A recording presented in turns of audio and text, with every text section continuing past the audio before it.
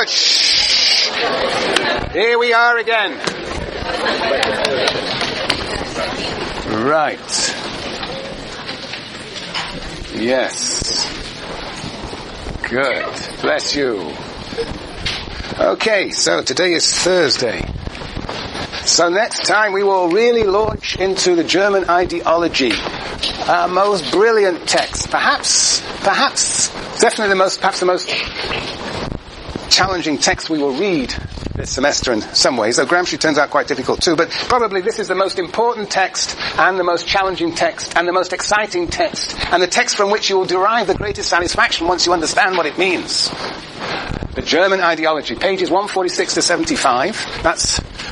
I want you to sort of quickly read all those pages, and then, having read them, perhaps once, twice, try and answer these questions. What is the German ideology? It's called the German ideology. What is the German ideology? 147 is where he actually uses, we give you some idea. I'm giving you some hints here. What is Marx and Engels? And this is written by Marx and Engels, this text. And this text was actually never even written to be read. Amazing. It was written for mice who basically ate it up. But basically, no, this was a draft. This was Marx and Engels trying to settle accounts with their intellectual antagonists. But anyway, it's a wonderful text. What is Marx and Engels' criticism of Feuerbach? A gentleman that they spend a lot of time dissecting and criticizing. 149, 168, 171. What are the premises of all history? The most fundamental set of premises that will get the whole theory of Marx and Engels going. Page 149, 150, 154 to 158. That is one of the basic assumptions that Marx and Engels make about history, about the world, in order for them to establish the foundations of their theory. And what do Marx and Engels mean? Yes, by the division of labour. Do they mean the same as Smith or not? Well, we should already begin to be figuring that one out. And finally, what is the division, just to see if you really understand what they mean by the division of labour, what is the division of labour in the family? 151, 158, 159 and 739.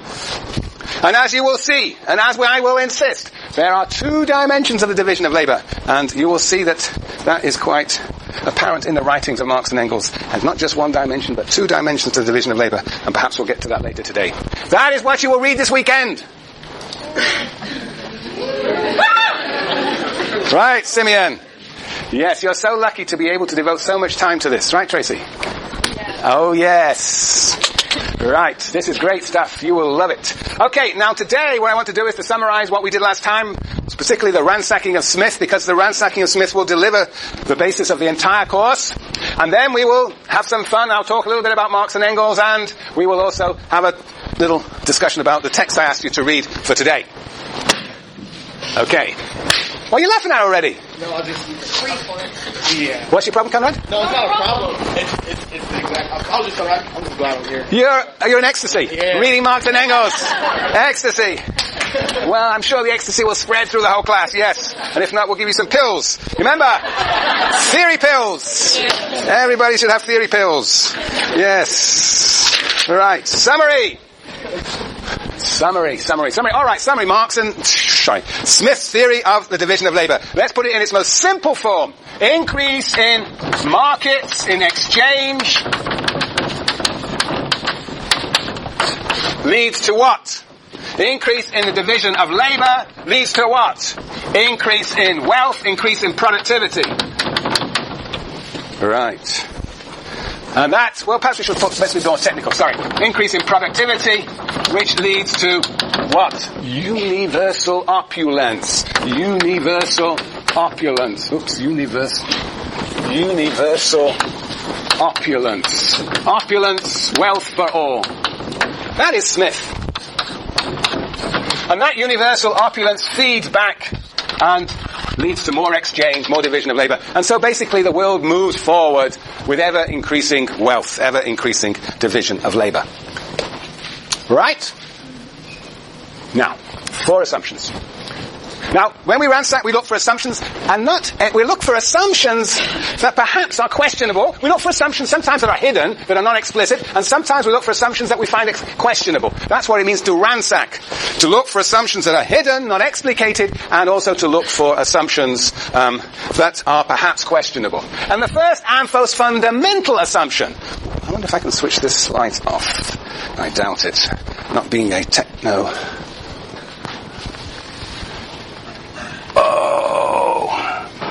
Shouldn't be difficult, but everything's difficult for a sociologist, right?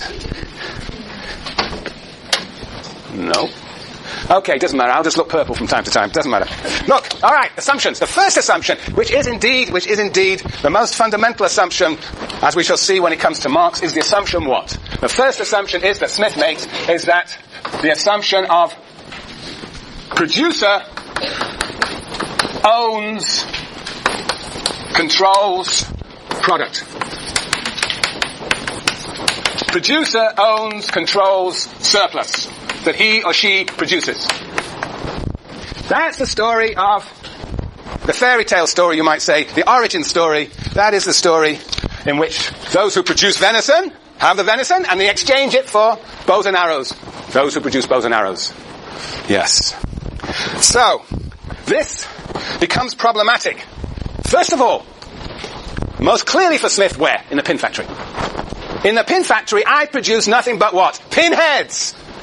But in fact, when I produce those pinheads, do I own those pinheads? Do I control those pinheads? No. I put the pinheads on the pins, and who owns the pins? The owner of the factory. The owner of the factory. So, we already see when we talk about pin factories, when we talk about factories, that those who produce things don't actually own and control them. And if we even turn to the society of hunters and gatherers on the one side, well, hunters on the one side and bows and arrows makers on the other, even those small-scale societies, we know that, for example, there are relations of gender domination. There's family, there's kinship, in which men appropriate the labor, the products of women and children. So the story that Smith tells us about the small-scale tribal society is indeed an imaginary origin story. The point is this. He has to make that assumption for the division of labor to lead to universal opulence. It is because we own the product that we produce, we can then exchange it for the excess surplus produced by others. And so everybody is better off. But that is an assumption that Smith makes that we shall see other sociologists, in particular Marx and Engels and Marxists, will problematize. Because it is a very special society in which individuals control surplus. In most societies, products are appropriated by other groups. Surplus is appropriated by one group and produced by another group. What are those groups called? Classes. Very good, Simeon. Yes, they are called classes. But we'll get to classes later. The point is that Smith assumes, whether it be the individual, whether it be the country, he assumes that the country, in the wealth of all nations, he assumes that countries own and control the surplus produced in that country and exchange that surplus with surplus produced in other countries. It's an assumption that we will have to problematize, to question, because we know that it is not true. I've gone on about this because this is the most fundamental assumption of Smith and the one that Marx and Engels will question. Second assumption. Second assumption is that society only contains individuals. Self-interested contains self-interested, materially self-interested individuals.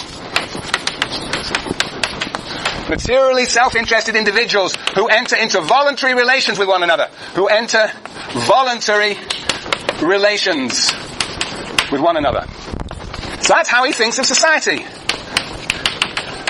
Individuals, one another. Individuals pursuing their self-interest, specialize, and then engage in exchange. Now, we can question this in many ways. First of all, society contains, apart from individuals, social actors, social organizations, social movements. All sorts of things that sociologists spend a lot of time studying. We also learn in sociology that individuals are not always pursuing material self-interest. Some individuals engage in what? Altruistic action. Solidaristic action with others. And we also discover that sometimes individuals are coerced into doing things that they don't necessarily want to do. That they don't necessarily enter into voluntary relations with one another. That is the second assumption. Society is composed of self-interested individuals. The third assumption of fair and deliberate exchange. Fair and deliberate exchange. All right, I'll give you the deliberate, but the fair exchange implies that there, for example, that the people who produce bows and arrows do not do what? They don't use the bows and arrows to coerce the venison producers into rendering up the venison at the point of an arrow. That will be an exercise of power, exchange through power.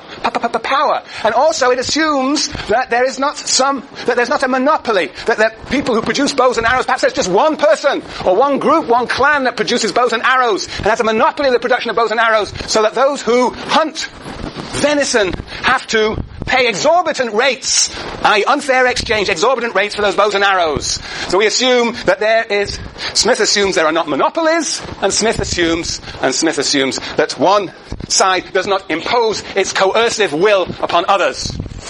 Exchange is fair and deliberate. And finally, the fourth assumption is that the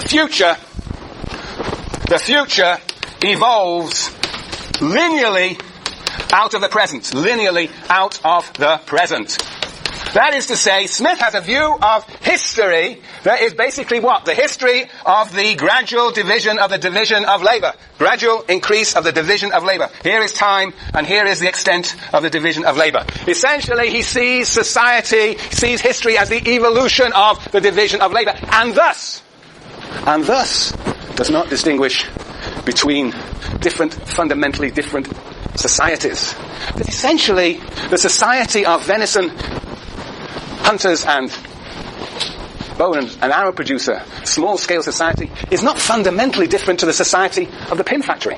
The agricultural society is not fundamentally different from the industrial society. What connects them is this evolution of the division of labor. There are, in Smith, no fundamentally different societies in the past, and therefore no fundamentally different societies in the future. Smith does not conceive of some new type of society in the future, but rather the continuation of the existing society. A linear view of history. Those are the four assumptions in Smith, at least the ones that I am going to emphasize. The assumption of producers own the surplus they produce, society contains individuals, exchange is fair and deliberate, and the future just looks more or less, it's just more of the same, more of division of labor, more of the present.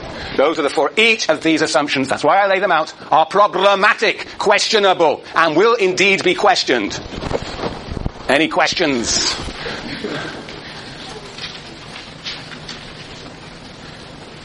Going, gone. Okay, alright, let me just show you how those assumptions, or at least the first three, organize the rest of the course. Until May. Next May. Just imagine it, you're going to be with me until next May. Oh, how are we going to survive this? Okay. Smith, here we go. First, instead of fair and deliberate exchange, we're going to have something called domination. Instead of producers owning surplus, we're going to have the appropriation of surplus. Some people are going to appropriate surplus produced by others. Surplus, that's number one. And over here, instead of, this is going to be Marx and Engels. This is going to be, well, we'll see who this is going to be. Over here, we're going to have somebody called Durkheim next semester. Durkheim's going to be interested in the way the division of labor contributes to solidarity among individuals. Something that really is not present in Smith's analysis. Smith sees these individuals. Durkheim is going to emphasize the way in which division of labor creates a glue that springs and sticks people together, cements society. That's going to be Durkheim. That's the beginning of next semester. This is what we're going to start today. And down here we're going to move to Lenin. And from Lenin to Gramsci, and from Gramsci to Fanon. And each of these three are going to build on the analysis of Marx and Engels. Lenin is going to emphasize domination in the state and revolution. Gramsci is going to talk about a concept called hegemony, and Fanon is going to talk about racial domination, colonialism, racial domination. So that is a critique of Smith. The idea of fair exchange leads us to center the idea, thematize the idea of domination, and that will bring us to Lenin, Gramsci, and Fanon, who will build on the ideas of Marx and Engels, the idea of appropriation of surplus. Over here, after Durkheim, we have Weber, Foucault, and after Foucault, feminism, let's call it Beauvoir, feminism, McKinnon. And again, domination in Weber is going to be called authority. Domination in Foucault is going to be called discipline. And finally, domination in Beauvoir is going to be a feminism, gender domination, a form of symbolic domination. That is the course. We start with Smith, problematize the assumptions he makes. First one, surplus, brings us to Marx and Engels and the Marxist tradition, which formulate the other problem in Smith, domination in different ways, and sociology next semester